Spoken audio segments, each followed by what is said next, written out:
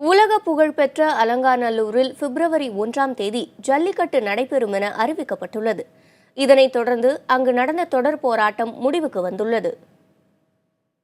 ஜல்லிக்கட்டுக்கு உலக பிரசித்தி பெற்ற மதுரை அலங்காநல்லூரில் 3வது ஆண்டாக இந்த ஆண்டும் வாடிவாசல் திறக்கப்படாததால் கடந்த 16ஆம் தேதி போராட்டம் தொடங்கியது.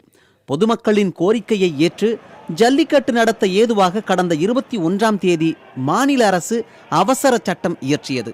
இந்த நிலையில் அலங்காநல்லூர் ஜல்லிக்கட்டு விழா குழுவினர் நேற்று காலை ஒன்று கூடி பிப்ரவரி 1ஆம் தேதி ஜல்லிக்கட்டு நடத்த முடிவு செய்தனர். இந்த போராட்டத்தில் தீவிரமாக செயல்பட்ட மாணவர் அனைவருக்கும் நன்றியை தெரிவித்துக் கொள்கிறோம். மாணவர்கள் அனைவரும் வந்து பார்ப்பதற்காக தனியாக அவர்களுக்கு ஒரு கேலரியை கிராம மக்கள் சார்பாக ஏற்படுத்தி தருவோம் என்று தாழ்மையுடன் கேட்டுக்கொள்கிறோம். மாணவர்கள் அனைவரும் ஜல்லிக்கட்டை வந்து கண்டுகளிக்கும்படி வேண்டி விரும்பி கேட்டுக்கொள்கிறோம் கிராம மக்கள் சார்பாக. ஜல்லிக்கட்டு நடத்த வழிவகை ஏற்பட்டதை தொடர்ந்து அலங்காநல்லூரில் பெருவாரியான மக்கள் நேற்று முன்தினம் போராட்டத்தை முடித்துக் கொண்டனர். இதன் பின்னரும் போராட்டத்தை தொடர்ந்த நூற்றுக்கணக்கான மக்களிடம் காவல்துறையினர் நேற்று காலை பேச்சுவார்த்தை நடத்தினர். இதனை போராட்டக்காரர்கள் ஏற்காததால் அவர்களை தடியடி நடத்தி விரட்டி அடித்தனர். அப்போது காவல்துறையினர் மீது போராட்டக்காரர்களும் கற்களை வீசி தாக்குதல் நடத்தினர். இதில் காவல்துறையினர் 20 பேர் காயமடைந்தனர். போராட்டக்காரர்கள் 10க்கும் மேற்பட்டோர் காயமடைந்தனர்.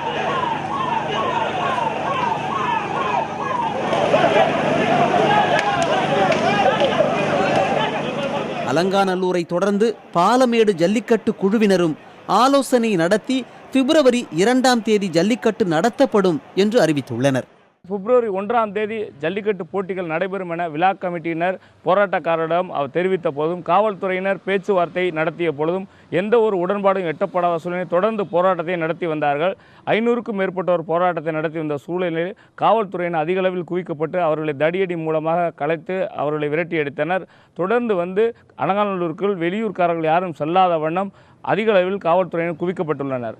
புதிய தலைமுறைக்காக மதுரையிலிருந்து செய்தியாளர் குழுவுடன் ஹரிகிருஷ்ணன்.